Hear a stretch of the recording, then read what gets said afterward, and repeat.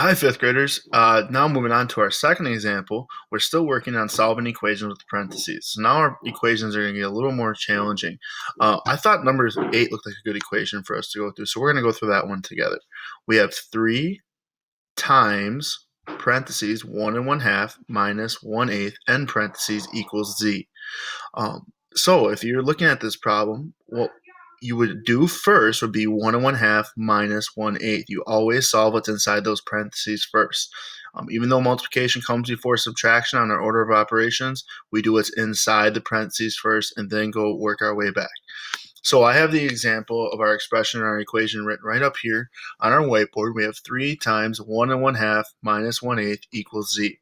So our first step is to go ahead and solve what's inside the parentheses. We have to find a common denominator. I know that 2 can be turned into 8 by multiplying times 4. And if you remember, whatever you do on the bottom, you have to do on the top. So 2 times 4, 1 times 4. Then our next step is to actually, after we find that common denominator or multiply that out, we have to go through and solve.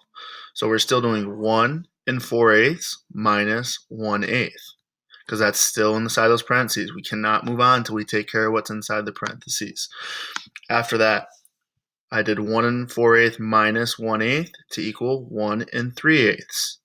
Now our next step is to take 3 times 1 and 3/8. That's our final step. I know I saw the parentheses, but that's letting me know this was my answer from what was inside those parentheses in the previous step.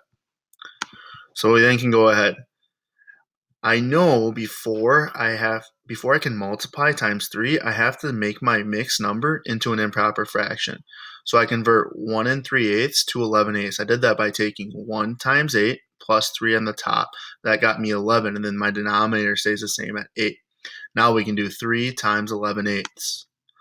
Then our final step, 3 times 11/8 equals 33/8.